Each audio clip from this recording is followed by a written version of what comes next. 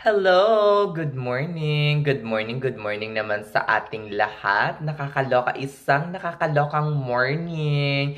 Good morning to everyone. Siguro mga 9:40 or 50 na ngayon. Gusto ko lang kayong kumustahin lahat. Charis, hindi. Meron lang akong nakitang post somewhere, well, sabihin ko na sa inyo, sa Lepora, nakakaloka, yung about sa overtime, mga inday. Meron kasing nag-post doon ng working for like 160 hours, 150 hours. Diba? Nakakaloka. Bongga! Alam nyo ba kung magkano kinita niya, mga inday? Kumita siya ng 11,000 gross at 8,000 plus na net pay ata in 2 weeks. Sobrang laki nun, mga inday, as in nakakaloka. And considering na ano lang siya, regular working pay. Yung parang regular staff nurse, hindi siya travel RN. In which nakaka-inspire ng bonggang-bongga.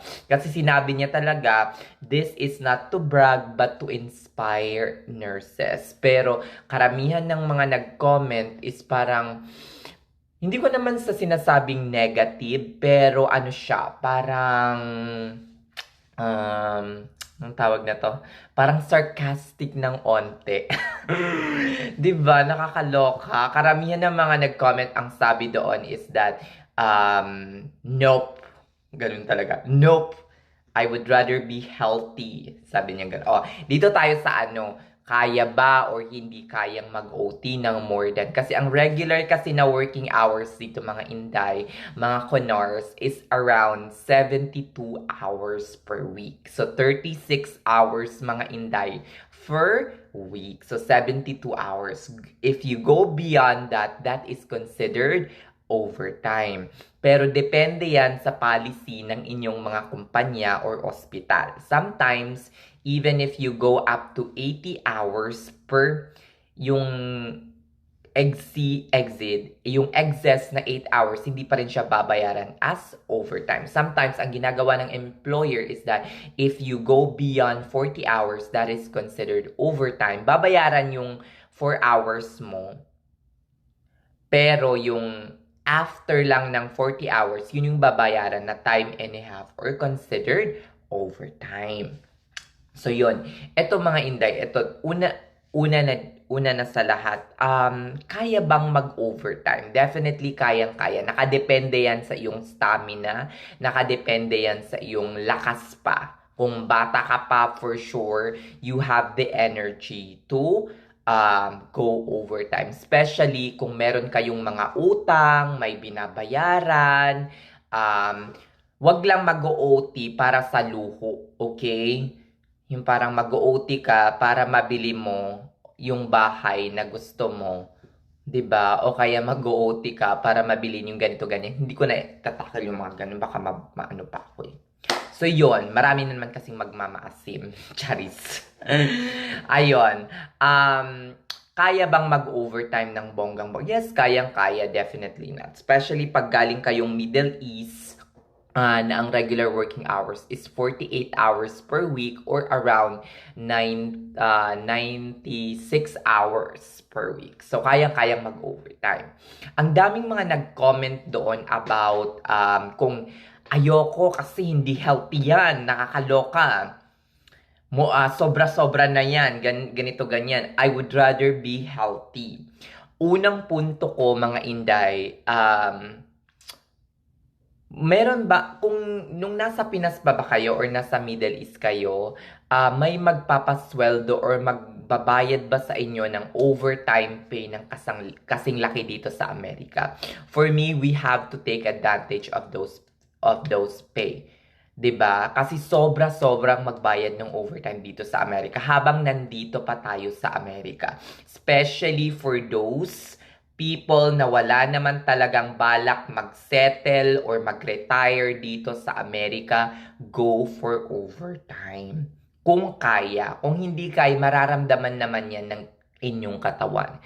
Kahit naka-schedule pa kayo for overtime, please, okay, i-cancel nyo na or mag-call off na lang kayo on that day. Kasi mararamdaman yan ng inyong katawan or body.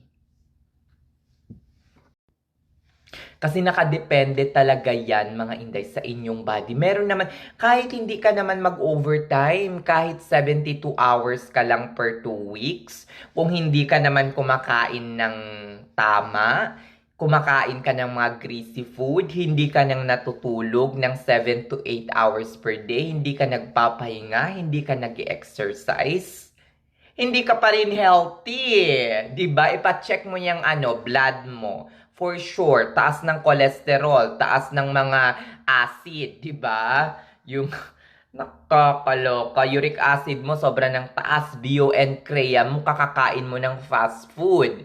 'Di ba? O sino ngayon ang hindi healthy? Malay mo naman si ma'am, maski nag-OT ng bonggang-bongga is number 1, natutulog pa rin araw-araw ng 7 to 8 hours. Kumakain ng healthy fruits and vegetable. Nag-e-ehersisyo maski 30 minutes bago pumasok.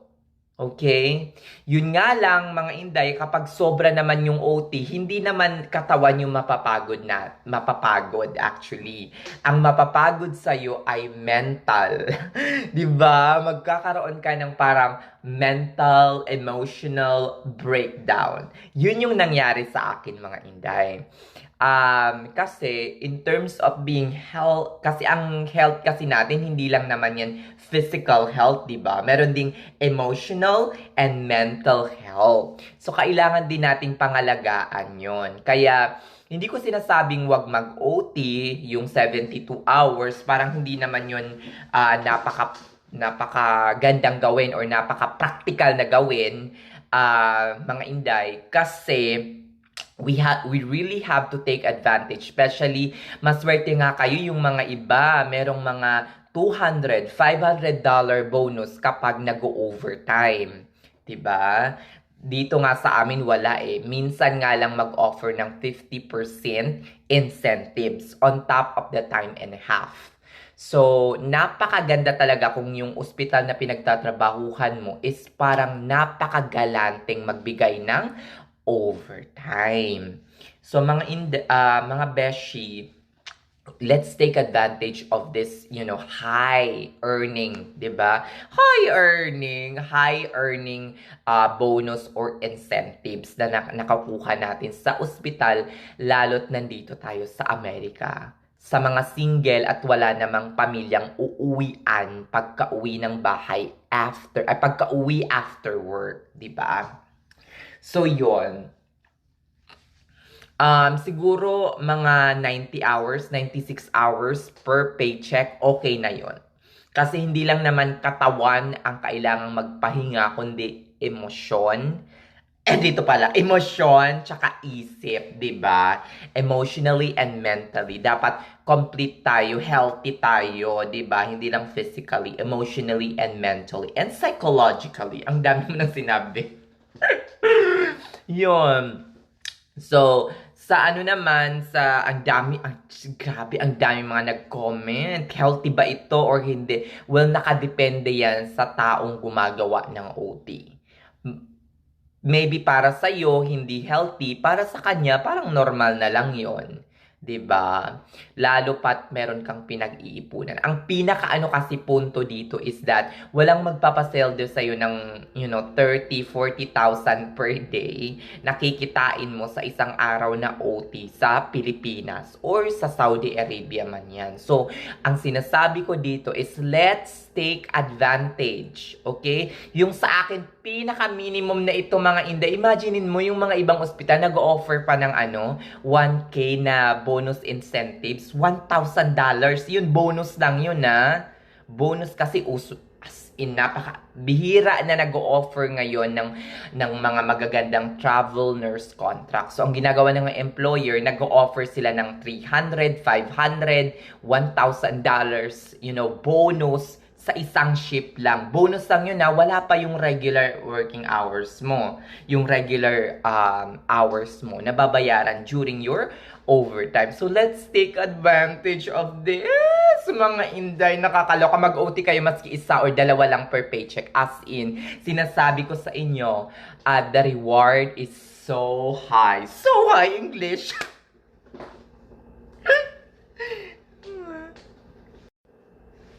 So yun lang mga Inday. As in, wag na natin, sana hindi na mabash yung mga ganong mga posts. Kasi kung sinabi nga doon not to brag, but to inspire nurses to do overtime. As in, nakakaloka. Kung hindi natin kaya, kasi iba't iba kasi yung kung hindi natin kaya, wag natin itulad or ikumpara yung sarili naman natin sa iba na gumagawa ng sobrang work. Kasi, baka alam niya na sa katawan niya, kayang-kaya niyang mag-overtime. Go in 120 hours, 110 hours. Diba? Ako nga ngayon, dati, after kung mag-overtime, alam nyo noon, nung nag-overtime pa ako, ang pinaka naabot ko talaga is 120 working hours. Okay? Or 240 working hours per month. O, diba? Bongga! Pero may mga pahinga pa rin ako nun. Kasi may 8 off ata ako nun 4 na off sa 2 weeks, tapos 4 na off sa another 2 weeks. So, 8 off ako per month. Pero umaabot ako nun ng 120 or 122 working hours. So, ang pinaka na net savings ko na noon, mga Inday, is tan-tararan! Charis, hindi ko sasabihin syempre, pero of course, malaki-laki siya, as in sobrang laki. Doble-doble nang nakukuha kong maski net ngayon. Yung savings ko noon na nagwa 120 hours ako, as malaki pa sa net ko ngayon na wala pang bills. Hindi pa nababawas yung bills, okay? Siguro mga 5K lang yung mga 4-8, ganyan. Yung net ko ngayon na hindi nag-OT. 'Di ba? Pero as in, sana makalipat ng ibang ospital, sana maka-move on after ng kontrata kong ito. Maybe next year sana, 'di ba? Pinaka-dream ko talaga is makapunta ng Texas. Texas talaga yung gusto ko, baka doon na. Doon na tayo makahanap ng forever charis na magmamahal sa atin. Joke lang. Ginawang commercial itong vlog na to. Ayun, nagugulo tuloy yung buhok ko. Sige na mga Inday, hanggang dito na lang ang vlog na to. Thank you so much for watching and have a nice day. Sige na, mag-OT kayo kung kaya nyo, pero please maintain a healthy balance lifestyle. Mag-exercise kayo, make sure na nakakatulog pa rin kayo ng 7 to 8 hours per day, nakakapag-relax kayo, nakakapag-grocery pa rin kayo. Alam niyo yung grocery dito sa Amerika, nakaka-relax din. Gawin niyo yung mga errands na gusto niyo, as in, you will appreciate life if you will live a healthy lifestyle. Okay? Eat healthy, go to the gym, and sleep 7 to 8 hours per day para parati kayong blooming. Chinese blooming star! Sige na mga Inday, babush na! And have a nice day. Bye-bye!